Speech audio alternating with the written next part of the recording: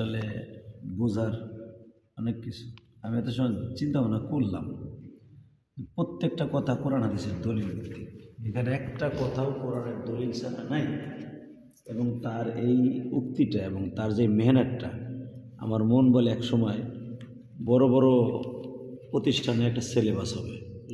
এই কক্ষপতিটা যেটা সে করছে যে বাংলাদেশে যদি আমরা সৌদি আরবের সাথে ঈদ করতে চাই তাহলে 21 ঘন্টা আমাদের ডিফারেন্স।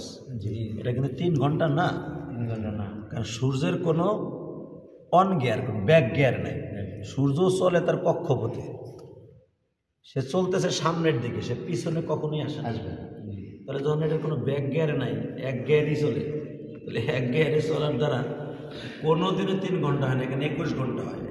এটা কানার ভাই অন্ধ বুঝবো সবে।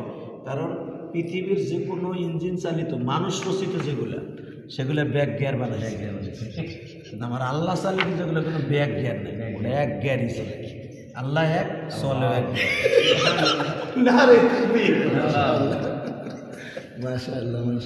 কেন আল্লাহর সবচেয়ে ব্যতিক্রমী হতে হবে, কারণ বান্দা তো বান্দার লাগে তো আল্লাহর মিলবো না। বান্দায় সব ব্যাক গিয়ার বানাইছে, যে কোনো জিনিস ব্যাক গিয়ার আছে। মাখলুক বলতে দেন ব্যাক গিয়ার আছে। একটা কুত্তাও যদি হয়, ওর সামনে যায় আবার পিছনে ব্যাক যেতে পারে।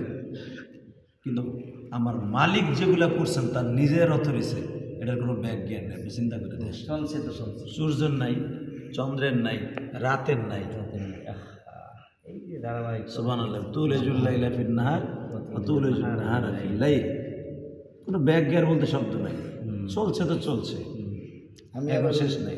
এগুলো নিয়ে ওনাদের সাথে ফোনেও কথা বলছিলাম।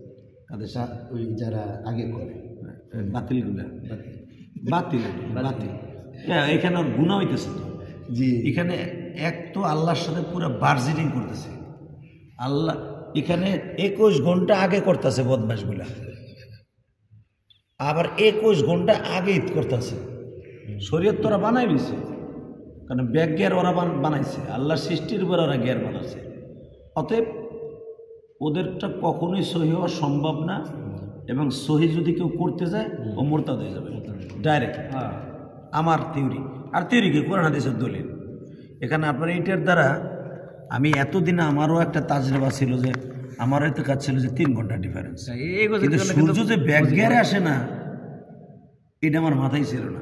আজকে আমার পুরা পরিষ্কার যে আসলে যদি আমাদের সৌদি আরবের সাথে ঈদ করতে হয় তাহলে আমাদের 21 ঘন্টার ডিস্টেন্স, 21 ঘন্টার আগে আমাদের করতে হবে ঈদ।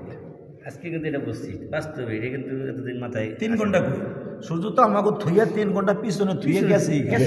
ও তোর ব্যাগ আইব না যে 3 ঘন্টা ডিফারেন্স হয়েছে। ও তো চলতে চলতে চলতে আমার পর্যন্ত আইতে 21 ঘন্টা লাগবে। ডাইরেক্ট সহজ কথা, সহজ কথা। যাক মাশাআল্লাহ, যুদ্ধ আছে এই জন্য আল্লাহ তাআলা আমাদের এই খেদমতকে কবুল করে। আমিন। এবং এটা আরো আপনার মেহনত গেল আসলে সারা পৃথিবীব্যাপী সবাইকে বোঝার তৌফিক দান।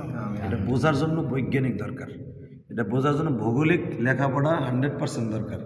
এটা যদি আমার বাপরে বুঝাইতে যাই, আমার বাপ কবে এগুলা 3 ঘন্টা ঈদ করা যায়, সোজা কথা 3 ঘন্টা ঈদ করা যায়।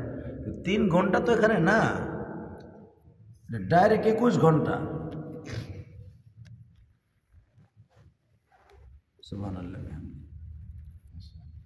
আল্লাহ তাআলা কবুল করেন। আপনার মেহনত আসলে এইভাবে আপনার বেরেঙ্গা আল্লাহ ঢুকাই দিছে, এটা ওটা বিশাল ব্যাপার। এই যে ফেতনা সৃষ্টির সম্ভাব্য এলাকা মানে কি? মানেটা হলো হুজুর, পৃথিবীর মধ্যে এই চাঁদ নিয়ে ঝামেলাটা শুধু এই কয়টা এলাকা, এই দেশের মধ্যেই হইতে পারে, এগুলো তো হবে না। এই যে এই জন্য রেড সিগন্যাল দিয়ে দিয়েছে। কারণ চাঁদ যখন এইগুলোর মধ্যেই সম্ভব, এদিকে ঝামেলা সম্ভব না। কারণ চাঁদ এখানে ওঠার পর স্বাভাবিকভাবে তাদের দেশে চাঁদ দেখা যাইতে থাকবে, আর আমরা নাও দেখতে পারি আগের রাত্রে, ওই রাত্রে। ফলে এইখান থেকে বলবো ভাই সৌদিতে তো চাঁদ উঠে গেছে, আপনারা রোজা রাখবেন না, এই কথা এই দেশের মানুষগুলোর বলায় আর রোজা রাখাইব। আর সৌদি দেখার পর স্বাভাবিকভাবে ওনারা চাঁদ দেখা ফেলে। মানে সৌদি দেওয়ার পর তো ওরা এমনি দেখে ফেলে, মেঘ টেক না থাকলে আকাশে এমনি দেখে ফেলবে। তবে খুব এরকম কম হয়েছে যে কোনো দেশে দেখছে, এদিক দিয়ে ওজন মরক্কো আছে একটা, এই যে লন্ডনের পাশে আল মাগরিব মরক্কো, কখনো এরকম হয়েছে যে মরক্কোর মানুষ চাঁদ দেখছে, সৌদির মানুষ দেখে নাই। ওই যে একটু দেরি করছে।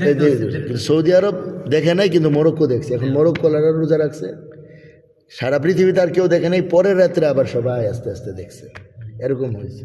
আবার গত 1-2 বছর আগে এরকম হয়েছে, আফগানিস্তানে সবার আগে চাঁদ দেখছেন, আর কেউ চাঁদ দেখে নাই, সৌদি আরবও দেখে নাই।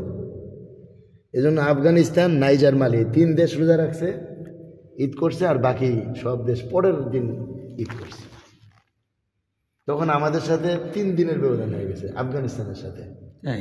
জি, এটা কোন বছর হয়েছে? এটা বইটার মধ্যে আছে, 2022 22 বইটার মধ্যে লেখা রয়েছে। আমি বই আপনার কাছে পাঠাবো একটু কাছে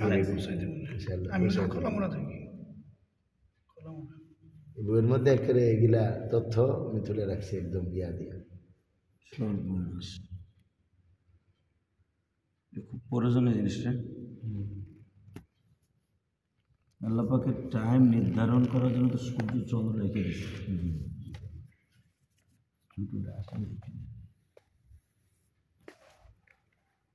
আচ্ছা, এটা বুঝলাম। আহলে হাদিসের ইসে সম্পর্কে কোনো কিছু লেখেন না আপনি? আহলে হাদিস নিয়ে আসলে কোনো কাজ করা হয় না এখন। এটা নিয়ে একটু কাজ করেন, এটা নিয়ে কিন্তু জরুরি দরকার। জি, আহলে হাদিস নিয়ে মানে এই তারাবি নিয়া, তারপরে বেতের নিয়া, এটা একটু ঘাটাঘাটি করে। তারাবি নিয়ে তারাবি নিয়ে শুরু করছেন, এটা আমাদের খুব দরকার। ঝামেলা করতে আমি বললাম এই যে 1443 হিজরির ঈদ উল ফিতরের চাঁদ সর্বপ্রথম 30 এপ্রিল শনিবারে আফগানিস্তান, নাইজার, মালিতে দেখা গিয়েছিল। তাই উক্ত 3 দেশের মুসলমানগণ 1 মে 2022 রবিবার ঈদ করেছিল। পৃথিবীর আর কোনো দেশে উক্ত তারিখে চাঁদ দেখা যায়নি, আর কোনো দেশে 1 মে ঈদ হয়নি। তাহলে এই কথা কিভাবে সত্য হয় যে বিশ্বের সকল মুসলমানগণ এক দেশের চাঁদের উপরে সংবাদে রোজা ঈদ করে?